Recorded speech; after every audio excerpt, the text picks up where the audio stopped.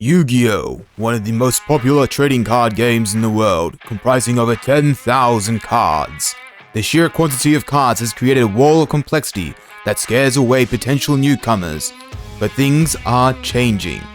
Singles, Yu-Gi-Tubers, and articles, the barrier clears away day by day. The question left is, can a total noob enter the ring using nothing but the sealed product that smart people warn us fools against? Hello and welcome. I am Shimeon the Simian, jumping into sealed-only craze started by legends such as the People Shown.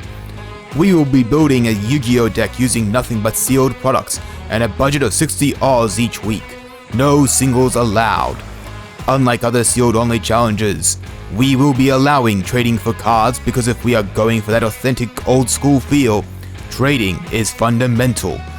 Trading will have a stipulation to otherwise keep in the spirit of sealed only.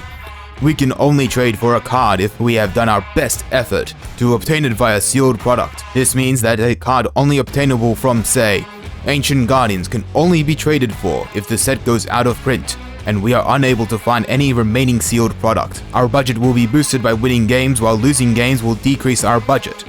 Our goal is to get to $120 budget, and we fail if we ever get down to $30, because let's be real, at that point, there is no recovery.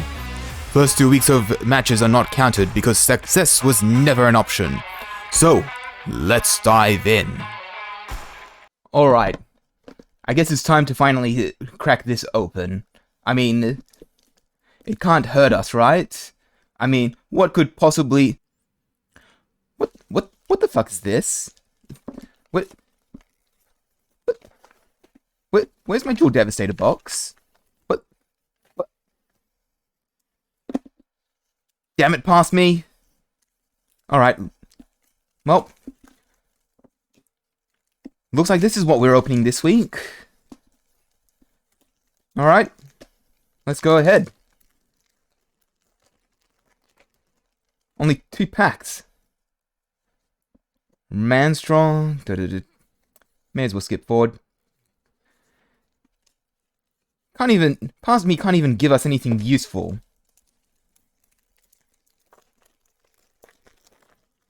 What about the other pack?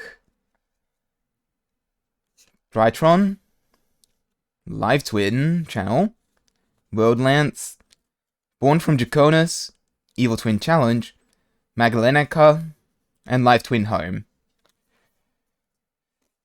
Yeah. Thanks, past me. Well, don't know if we're going to be changing anything this week. Jump to the deck tech. Alright, game 1 was against Unchained Twins and Evil Twins. Together, they open up with Rakia into Aruha, which is a pretty good start for the deck. I went Perform Mage, Uvoa Loop into Draco Berserker. They went off into Unchained Soul, Abominable, which I kind of misplayed here. I should have saved the Draco Berserker's effect for the Unchained Soul, but oh well. Make do with what you have. They Gamma Sealed my Abominable, my Unchained Soul Disaster. I activate Sarama to try and get back stuff. They Ash, so I just swapped it out to attack, and then created my Unchained Soul of Rage. And at this point, this is where they revealed that they were in fact Evil Twins to me. So I went ahead and transformed their Kill into Unicorn, the Avarice to attempt to draw some cards. They Ash Blossomed. I do some attacks and pass turn. And then I created Unchained Abomination. Sorry, I forgot about that. So my opponent pass his turn without doing anything. I play out Perform Mage, Damage Juggler, and then they surrender. So, on to round 2. So round 2, I'm going second again. I started in a few things that I thought might be helpful. Kill opening. This is pretty rough opening for this deck, especially when I don't have an Ash Blossom in hand. So, they go ahead and combo off until they hit Abomination, leaving with Aruha, which they swap into a Rakia so that they can pop something and destroy anything they want on my board.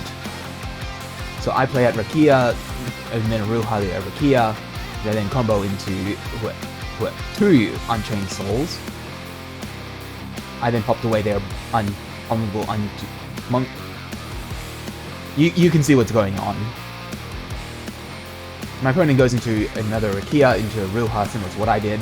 Then went into Sarama. Sarama then brought back a Ruha, which it popped, getting an Unchained Soul of Disaster. Unchained Soul of Disaster then turned my Abominable Unchained into Unchained Soul into Unchained Abomination. This is what our deck could potentially be doing, but we just don't have the secret rares that we need. So I go Sarama into Aruha, which popped into Unchained Soul of Disaster, turning into another Unchained Soul of Rage, because I brought it back, I think.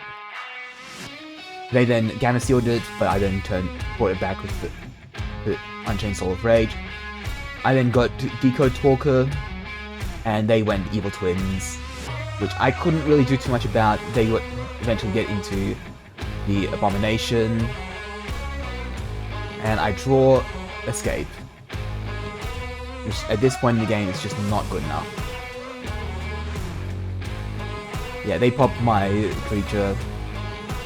I believe I attempt to pop and then get Sarama for defense. And at this point though, it's just a matter of time. Yeah, there's the Unchained Soul of Rage and Topologic Zeraboros. Round 3, I'm going to be honest, I kind of threw it because I got excited at another opportunity to actually use Uvualu, which really started to show its potential to me. Is it a great card? No. There's many flaws with it. So in this start, I go into Nightmare Phoenix, which, yeah, we're playing against Unchained. That was always going to be a bad play, but it's what I did. They turned it into a Unchained Soul of Rage, and then hit me for 4800. I drew a Ruha and just set it in pass. They go Kill, and then I go into my Abominable Unchained Soul, which I then popped their one, which they got another one, so it didn't matter, and that was game. So that was an auspicious start. How do we go in Game 2? Well, Game 2 is against a Level 1's Infernobles and Mermail deck. I'm not sure the correct way to describe it. It's a tuner's deck that goes for Phoenix Gear Freed and lots of equip spells. So they're just going up and comboing. This is too much stuff for me to be able to keep up with. They just keep going. At this point, they rip out my Prankertops, unfortunately. But on the other hand, Prankertops is actually not that relevant. I would say Damage Juggler is better for it, but it doesn't actually matter. And they end up on a board with Appaloosa and the Mermaid Link, which they used to get Abystus. They popped my creature and then they negated its effect in the yard. They get their Abystus into play, and then Immortal Gear Free the Phoenix.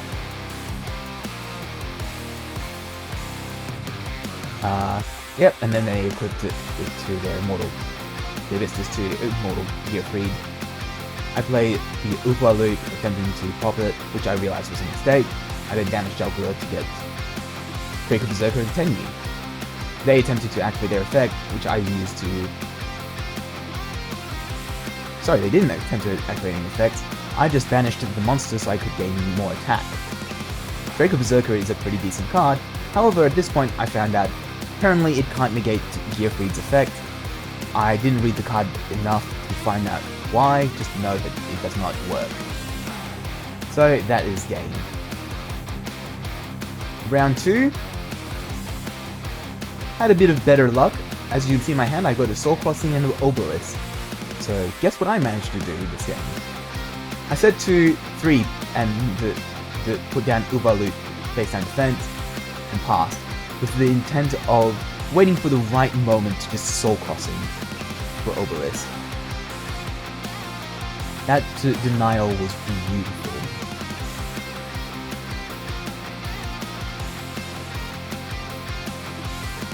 Just look at this is beautiful. They get a Waterfront, which I'm not sure why they play, but they do. I drop Sarama, and eventually get in the finishing blow for this round. And this round 3 was another one which I ended up throwing. I don't know what was going through my head in this game. It wasn't that I had a bad hand at all. I go into Draco Berserker again, and attack, and they do their things, and they kaiju'd it. Let's face it, it was the right choice.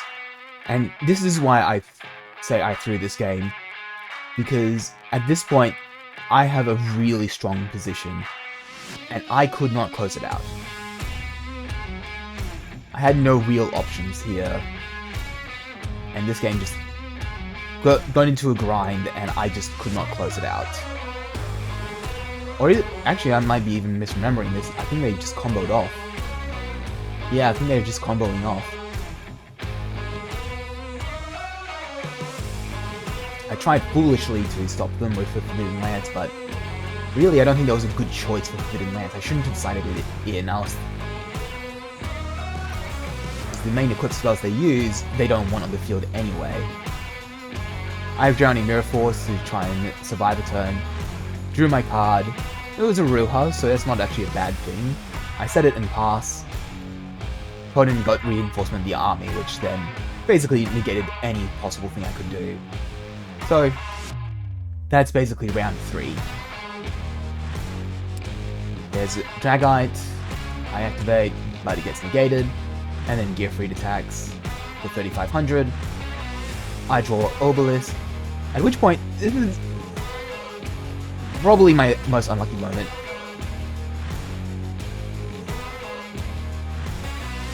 So, yeah. Just waiting for the game to end at this point. For game 3, I know you won't believe me, because my opponent did not let me have the chance to actually record the playthrough.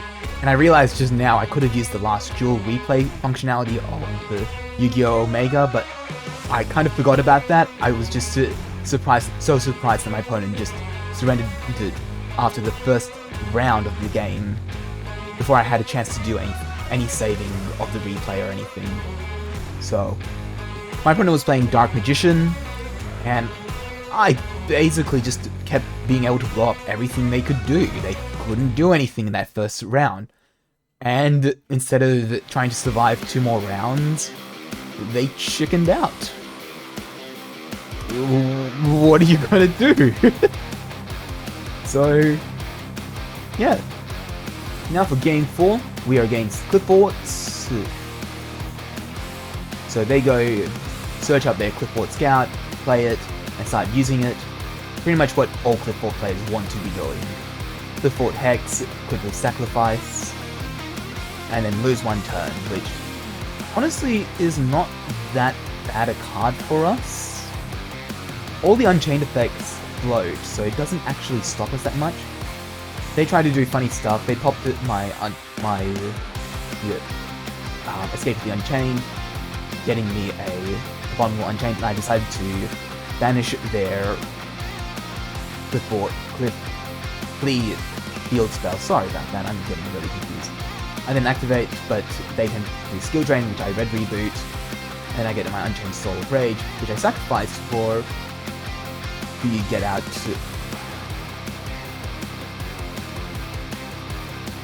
for Nakami, which I think was actually the right play, because I wanted to make sure I could clear out my opponent's board, and I knew they had a Skill Drain, which meant that I wouldn't be able to use the Unchained Soul of Rage's effect anyway. They then bounce it, I then take advantage of it to just get Abominable Unchained Soul. So that was a bit of a misplay on my opponent's part. And then I draw Harpy's Feather Duster. They decided to banish a card for no reason. I destroyed their monster and attacked. And I believe they surrender. Or do they let me beat them up? Nope. Oh yeah, I remember now that Ash Blossom. I was thinking, why didn't they use it sooner? So I drop Nakami again, getting the Sarama, and then go for the attack. And now for round 2 of game 4. Pot of Prosperity, summon through a summon limit. Carrier, Monolith, and set the summon limit. I go 3 cards face down and activate Rakia, which they responded to by popping my Rakia, giving me Abominable Unchained Soul, which I used to pop their summon limit because that's the best choice I had. They got Clipboard Scout, which I escaped with the Unchained, knowing that I would get Abominable Unchained Soul back anyway at the end of turn. And they managed to get another one anyway, so it didn't matter. And then they finish with their Laser Clip. So they go in for attack for no reason because they had negated their attack. And then I pop their Clipboard Scout. I dropped Surama, and they surrendered. Week 9. Our first week with 2 wins and 2 losses. Yay for me. So what did we learn today, kids? That's right, I should be doing my matches on Mondays and not Saturdays, so it's okay to be late again. More seriously, we are now seeing the ups and downs from the Dual Devastator box we opened last week, making us have a better chance against the Chafe decks, while still highlighting just how far behind the competitive decks we really are. We did see a gain of $2 for the first time in this series, though I admit it just secures my plans for the next opening. What will it be? Come back next week to find out. While I have you here, please drop a comment, press one of those directional thumbs, and maybe if you like what we are doing here, subscribe. Any interaction helps feed the algorithm. See you all next week.